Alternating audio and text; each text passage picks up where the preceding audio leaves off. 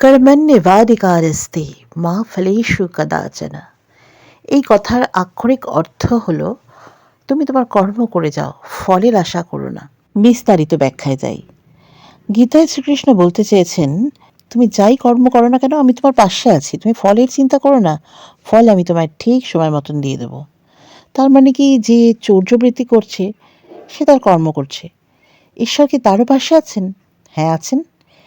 ভগবান বলেছেন, তুমি তোমার কাজ করো, আর তোমার কর্মপথে তুমি যদি আমাকে ডাকো, নিশ্চয়ই আমাকে তুমি তোমার পাশে পাবে।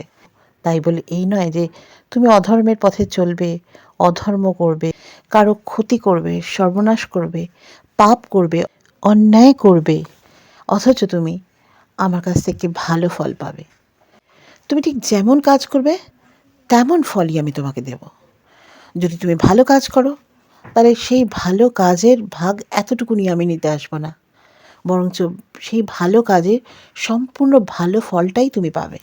আর তুমি যদি খারাপ কাজ করো, সেই খারাপ কাজের ফলও কিন্তু তোমাকেই ভোগ করতে হবে, সেটাও আমি নেব না।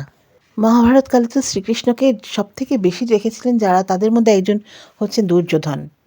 কিন্তু দুর্যোধনের রাজযোগ ছিল, অথচ রাজযোগ থাকা সত্ত্বেও অদ্ভুতভাবে তিনি রাজপাট ভোগ করতে পারলেন না। যেমন কর্ম করেছিলেন ঠিক তেমন ফল পেয়েছিলেন।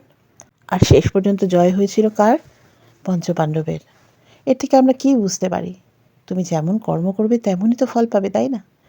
যাই হোক, চলো, আজকে গীতার বাণী থেকে এটা সংগ্রহ করেছিলাম, তোমাদের সাথে শেয়ার করলাম। আর ছোলার ডাল করছি, মঙ্গলবার, আজকে নিরামিষ, তোমরা জানো। সকালে রান্নাবান্না তো কমপ্লিট, মিমি খেয়ে কলেজে চলে গেছে। সকালে বাঁধাকপি করেছিলাম, মুগের ডাল করেছিলাম, এটা রাত্রের জন্য ছোলার ডাল হচ্ছে।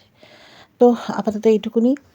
আর সত্যি কথা বলতে কি, চেষ্টা করছি একটু জীবনটাকে অন্যভাবে দেখার। হ্যাঁ, সংগ্রাম আছে, সংগ্রামের মধ্যে থেকে কিন্তু ভালো সময় আসছে, ধীরে ধীরে আসছে।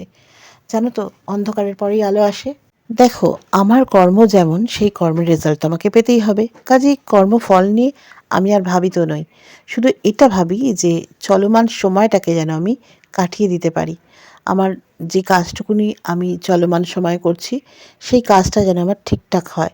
মাধবকে তাই বলি, মাধব, তুমি আমার পাশে থেকো, আমার হাতটা শক্ত করে ধরে রেখো, আমার দ্বারা যেন কোনো ভুল কাজ না হয়।